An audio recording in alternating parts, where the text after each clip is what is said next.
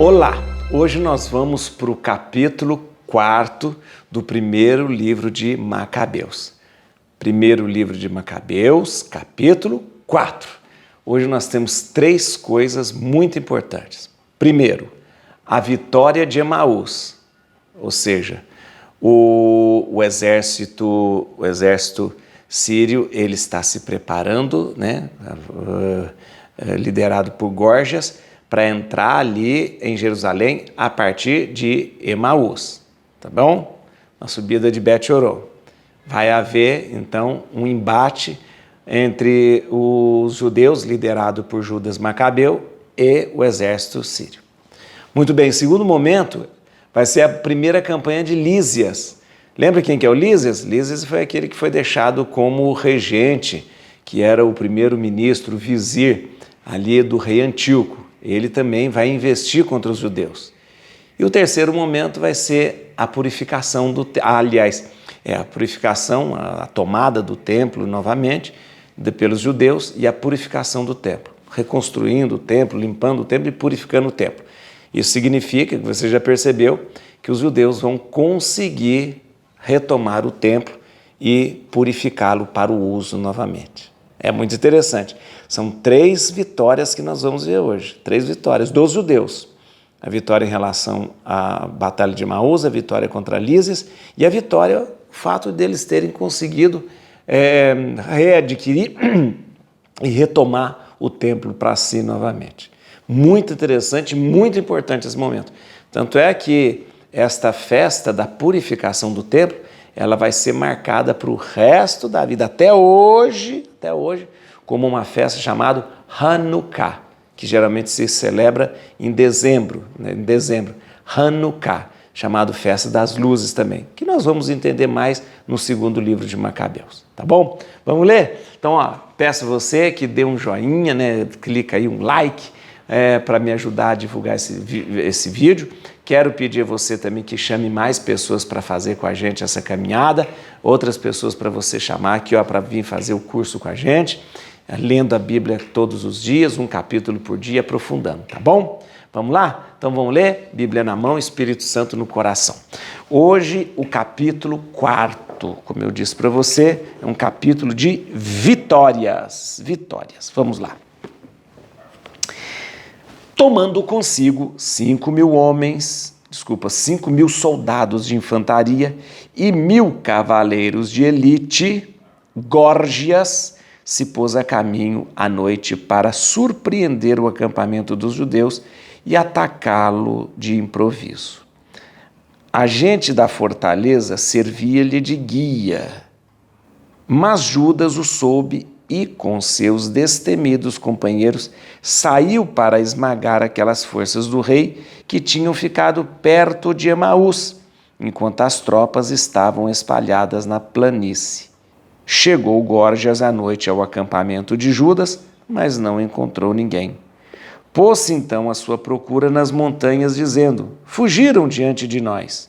Todavia, Judas apareceu na planície ao despertar do dia, com 3.000 homens que, excetuando as espadas e escudos, não estavam armados como teriam querido.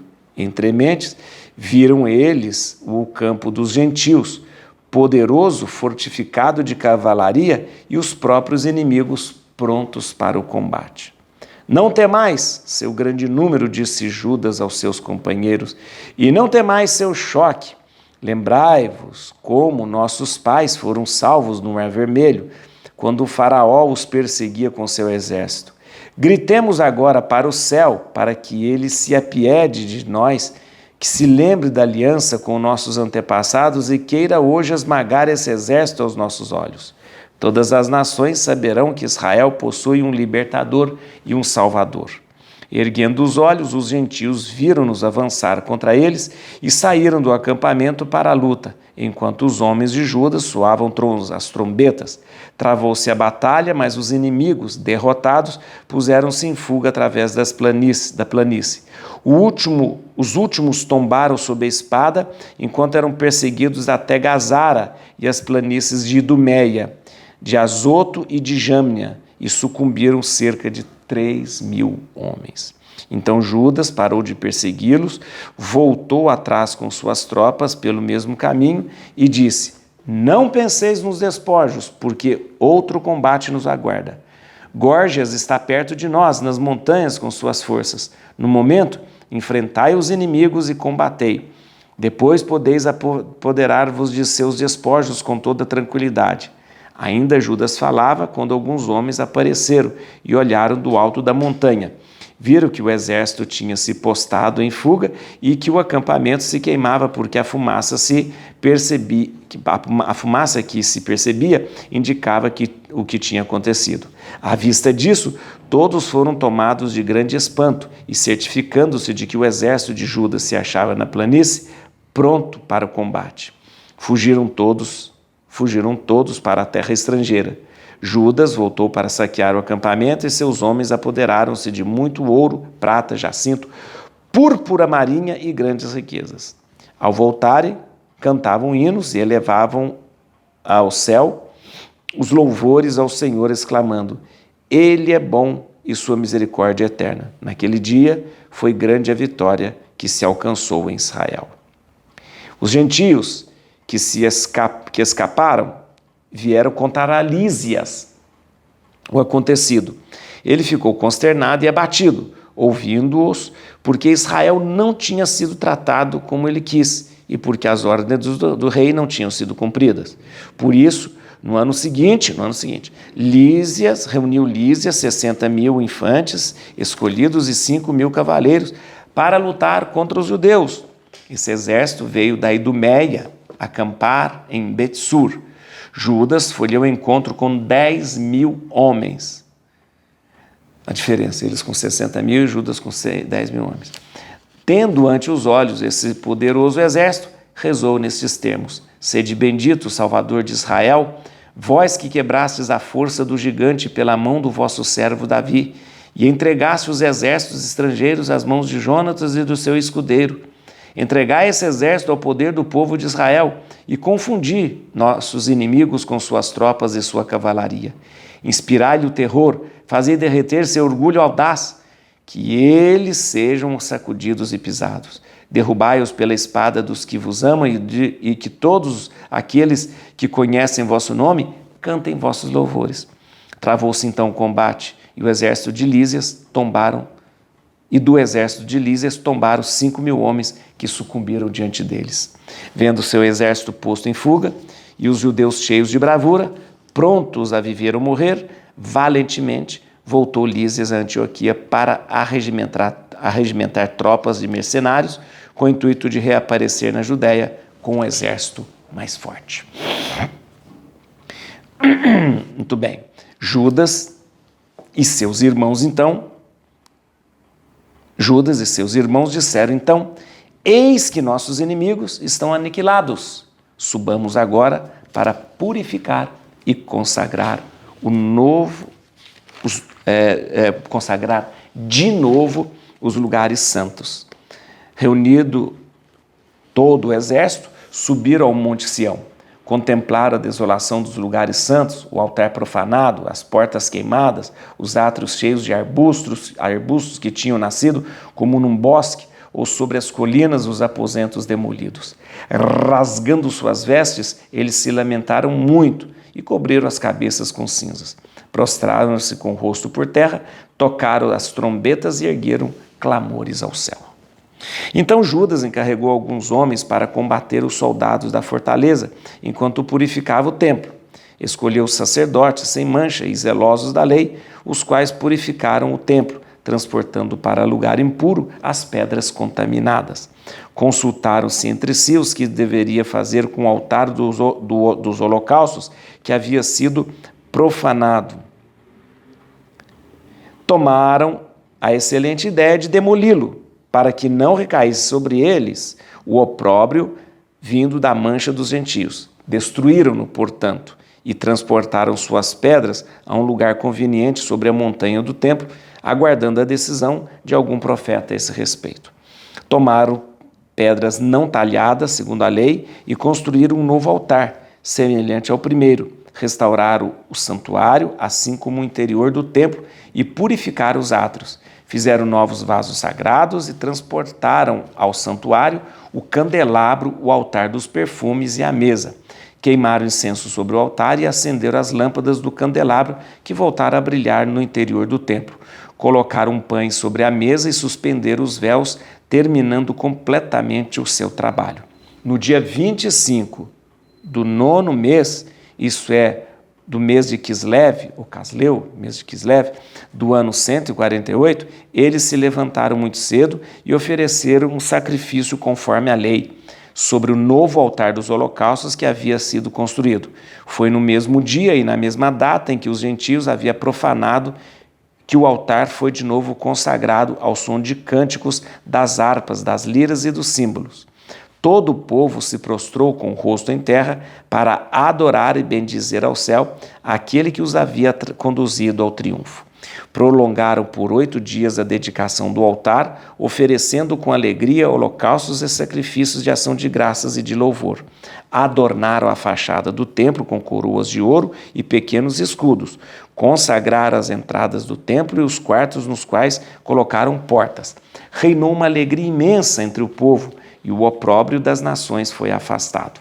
Foi estabelecido por Judas e seus irmãos e por toda a Assembleia de Israel que os dias da dedicação do altar seriam celebrados cada ano em sua data própria, durante 8 dias, a partir do dia 25 do mês de Quisleu, e isto com alegria e regozijo. Na mesma época, cercaram o Monte Sião com uma alta muralha, com fortes torres, para que não fosse mais possível as nações pisá-la aos pés como outrora.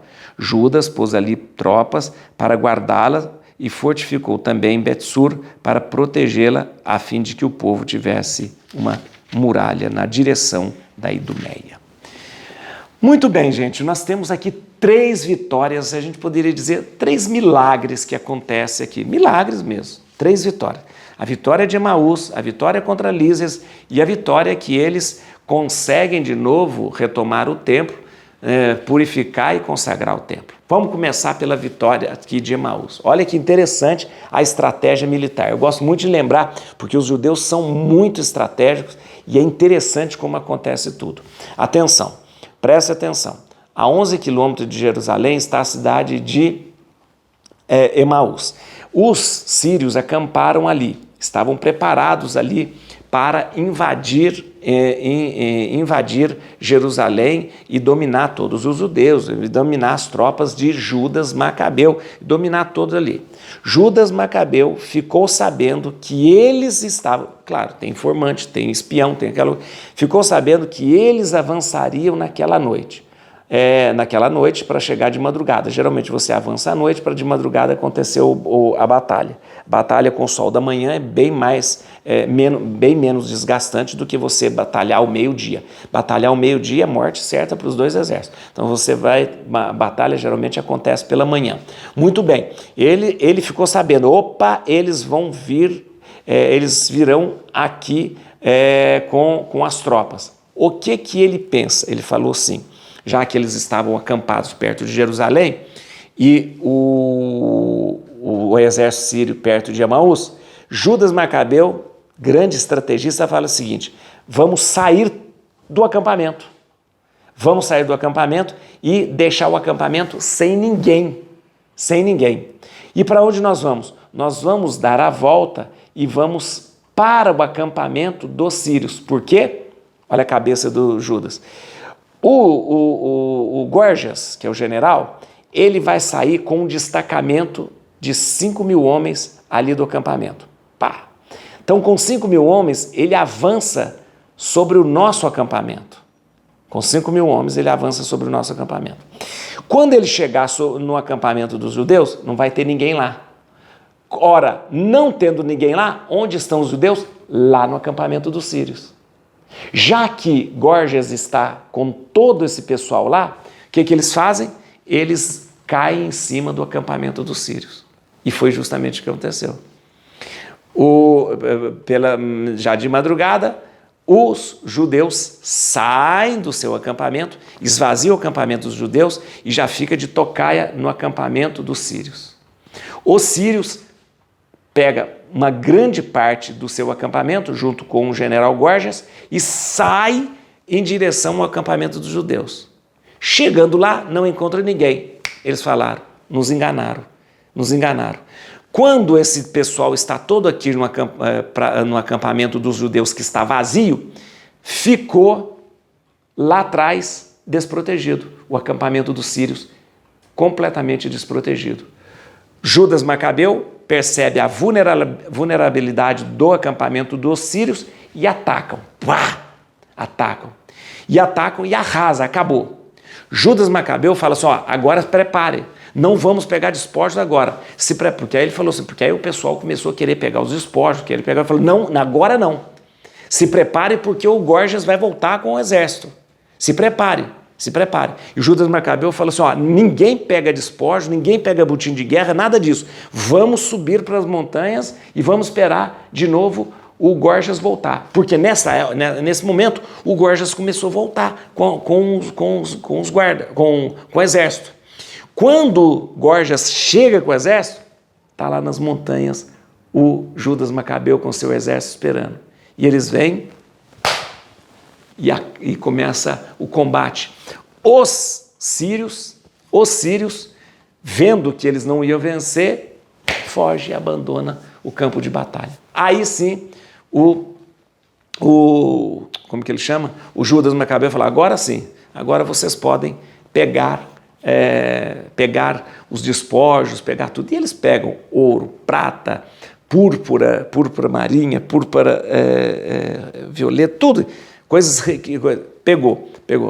Mas, presta atenção, foi comunicado ao Lísias sobre essa derrota. Lísias é o primeiro-ministro, vizir do rei Antíoco. Nessa época o rei Antíoco, te falei, o rei Antíoco está lá na Pérsia pegando dinheiro e tentando reconquistar a Armênia.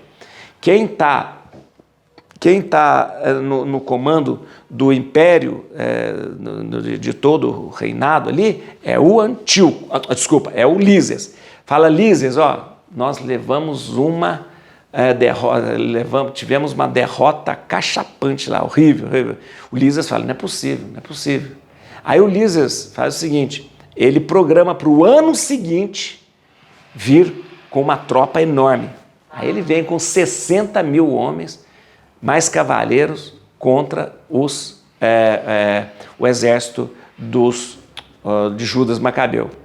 Judas Macabeu vê aquele mar de gente, isso no ano seguinte, né, gente? No ano seguinte. Vê aquele mar de gente e fala, estamos perdidos. Não, ele fala, estamos perdidos. Não, ele fala, vamos rezar. Deus foi fiel com Davi, Deus foi fiel com o seu povo no Mar Vermelho e hoje nós seremos também vencedores. E olha, aí acontece mais um milagre. Há esse combate contra as tropas de Lísia, e quando os judeus conseguem vencer na primeira investida, 5 mil homens são mortos, a tropa, o exército de Lísias, com medo, recua e vai embora. E Lísias fala, não tem jeito. Lísias desiste e fala, voltarei a Antioquia e formarei um exército com mercenários. Com esta vitória de Emaús, com esta vitória contra Lísias, o que nós temos? Nós temos aí os judeus que entram em Jerusalém novamente, assumem o templo novamente. Quando eles chegam no templo, vocês não imaginam, tudo abandonado. Diz que tinha crescido mato no meio do templo, parecia um bosque. O altar dos holocaustos tinha sido profanado se transformado num altar para Zeus. Tudo, os objetos que era usado para o templo, não tinha a mesa dos pães da proposição, não tinha o altar dos incensos, os candelabros, não tinha nada disso. E aí, Judas Macabeu, então, começa a purificação do templo e começa a jogar fora tudo que foi profanado. tudo que foi profanado. Fazem outros utensílios, fundem outros candelabros, fazem outra mesa da proposição, faz de novo outro altar do incenso, e tudo aquilo que tinha sido profanado é jogado para fora, levado numa colina para saber o que vai fazer com isso depois. Chega diante do altar, o altar foi profanado, e eles perguntam, o que nós vamos fazer? Olha o altar todo de pedra, né? O que nós vamos fazer? Aí a decisão foi essa. Tira todas essas pedras do altar, leva para um lugar para a gente saber o que nós vamos dar, que fim nós vamos dar nessas pedras, e vamos reconstruir um altar novo com pedras não talhadas. E eles reconstroem um altar novo com pedras não talhadas. E aí, gente, o templo será consagrado de novo. E aí é que eu queria chamar a atenção de você. Há uma festa de consagração do templo. Uma festa, é colocado os pães no altar dos pães, é colocado o incenso no altar do incenso, dos perfumes, né? E os candelabros são acesos novamente. E durante 8 dias, a partir do dia 25 do mês de Kislev, por que eles marcaram 25 do mês de Kislev? Porque foi no dia 25 do mês de Kislev, você lembra? Foi o dia que eles colocaram que eles consagraram o altar a Zeus. Então eles quiseram, no mesmo dia que o altar foi profanado por um deus pagão, Zeus, no mesmo dia eles consagraram ao Deus verdadeiro. Isso aconteceu, deixa eu te explicar, 3 anos depois que havia sido a profanação com a estátua de Zeus. 3 anos depois. Mas eles marcaram o dia 25 do mês de Kislev. O mês de Kislev, o Casleu, ele mais ou menos coincide com o mês de dezembro nosso. Com o mês de novembro e dezembro. Não é bem um dezembro. Mês de novembro e dezembro, tá bom? Novembro e dezembro. Aí o que acontece, gente? Olha que interessante. A partir daí, então, se faz uma purificação do templo, as lâmpadas dos candelabros são acesas novamente. Aí um parêntese aqui, ó. O Judas Macabeu fala assim, essa festa deve ser lembrada todo ano. E por isso que nós temos até hoje a festa do Hanukkah. Hanukkah. Hanukkah é considerada a festa das luzes. Ela é celebrada mais ou menos nos meados de dezembro, que o calendário judaico é lunar, e ela lembra justamente 2 milagres. O milagre das vitórias dos judeus sobre o exército, de Antíoco, e um milagre que aconteceu. Eles precisavam manter as chamas acesas do candelabro, e ele só tinha um pouquinho de óleo assim, ó. Só que durante 8 dias, milagrosamente, aquele óleo ele se multiplicava, e eles conseguiram manter estas velas acesas, essas chamas acesas dos candelabros durante 8 dias, com um milagre que ia multiplicando o óleo ali, o azeite, que eles não tinham tanto, mas que tinha sido oferecido ali. Essa festa é chamada festa de Hanukkah, né? É uma festa que acontece no final do ano, meados de dezembro, que até hoje os judeus celebram, e é chamado festa das luzes. Né? Cada dia, né, é bonita essa festa, eles têm um candelabro, e cada dia durante 8 dias, cada dia vai acendendo uma chama, né? Uma lâmpada do candelabro, até lembrar os 8 dias em que Deus fez que o óleo fosse mantido e não se esgotou ali para aquela festa. Mas deixa eu te explicar, no segundo livro de Macabeus é que a gente vai aprofundar nessa festa. Eu só estou dando uma pincelada agora.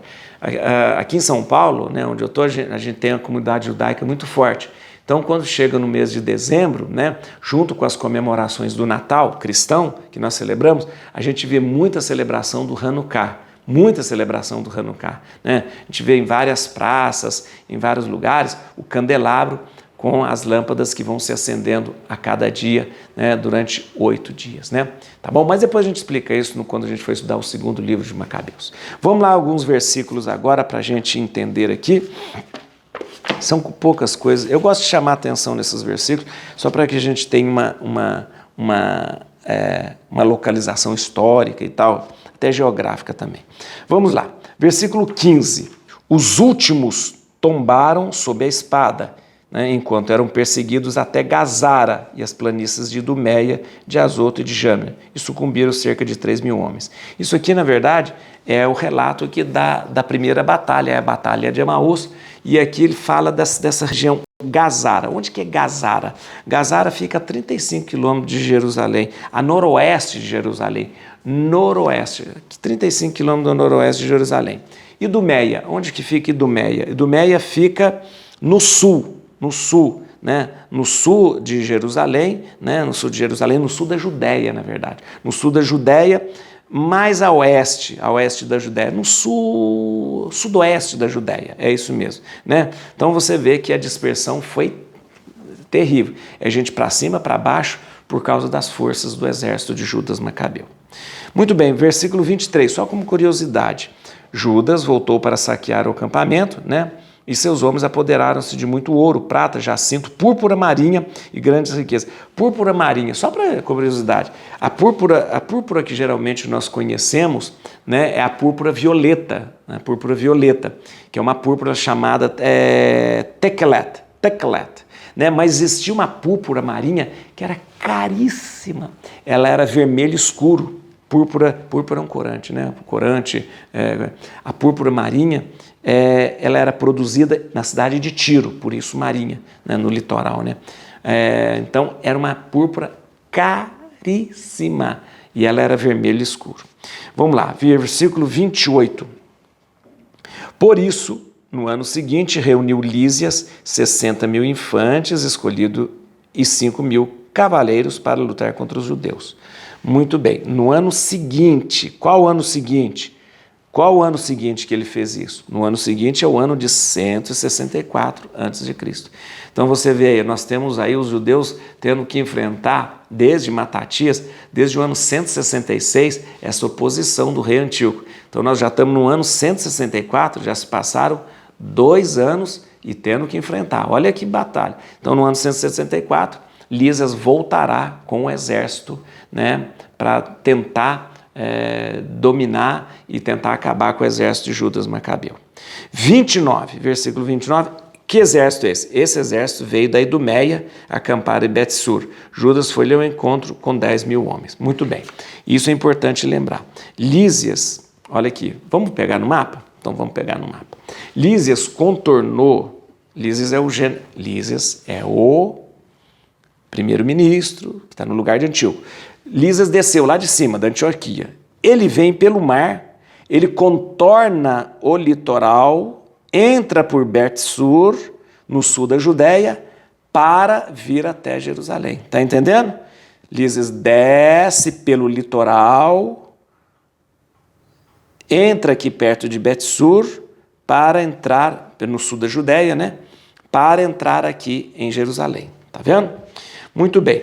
Versículo 36, Judas e seus irmãos disseram então, eis que nossos inimigos estão aniquilados, subamos agora para purificar e consagrar de novo os lugares santos. Os lugares santos. Muito bem, o templo havia sido profanado pelos pagãos, você sabe disso. Se ele foi profanado, ele deve ser purificado.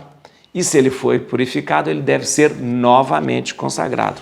O que ele vai fazer numa festa de 8 dias, começando no dia 25 do mês de Kislev. Deixa eu ver aqui, ó. Isso aqui, ó. No dia 25 do nono mês, isso é, do mês de Casleu, ou Kislev, do ano 146, eles se levantaram muito cedo, ofereceram sacrifício, tal. Tá, o mês de Kislev é o mês que compreende novembro e dezembro. O dia 25 do mês de Kislev, ele na verdade, ele equivale ao dia 14 de dezembro. 14 de dezembro. Mas aqui foi o 14 de dezembro do ano de 164. Tá bom? Então, o mês de Kislev é entre novembro e dezembro. E o dia 25 do mês de Kislev corresponde ao dia 14 de dezembro. Por isso a festa do Hanukkah, ela mais ou menos acontece 14 de dezembro, e são 8 dias celebrados, 14, 15, 16, 17, 18, 19, 20, 21, 22. Ela geralmente coincide muito perto com as festividades do Natal cristão, mas isso já era celebrado desde o ano 164, quando se fazia a grande festa das luzes para lembrar o azeite que não se esgotou quando se voltou a purificar e quando se voltou a consagrar o templo, tá bom? 14 de dezembro de 164. Versículo 59, é o que eu acabei de falar para você. Cadê? Foi estabelecido por Judas e seus irmãos e por toda a Assembleia de Israel que os dias da dedicação do altar seriam celebrados cada ano em sua própria data, durante 8 dias a partir do dia 25 do mês de Casleu, isso é, com alegria e regozijo, ou seja, a partir do dia 14, para nós, a partir do dia 14 de dezembro. O Hanukkah, então, é a festa Hanukkah, é a festa da dedicação do templo. Ela é celebrada ainda hoje, né, a partir da determinação de Judas Macabeu, é celebrada até hoje como Festa das Luzes. Festa das Luzes. A gente vai ver mais detalhes dessa festa no segundo livro de Macabeus. Por ora, eu queria que você prestasse atenção que Deus realizou 3 milagres com um exército fraco, pequeno, mas com pessoas de muita fé. Muita fé. Judas Macabeu, com seu pequeno exército, venceu Emaús, venceu Lísias e consagrou, e retomou e consagrou o templo. Ora, se nós olharmos isso de fora, nós vamos dizer, mas isso é impossível. Aí eu poderia dizer, mas para Deus não existe o impossível. É justamente assim que Deus gosta de trabalhar. Quando parece que não tem mais jeito, quando parece que não tem como ter vitória, é ali que Deus aparece. Assim na sua vida também. Quando parece que não tem mais como consertar, quando parece que não tem mais como fazer, aí Deus vem mostrar o seu poder. Et crucem Domini, fugit partes adversae, fit teleu detribuiuda, radicis Davidi. Aleluia.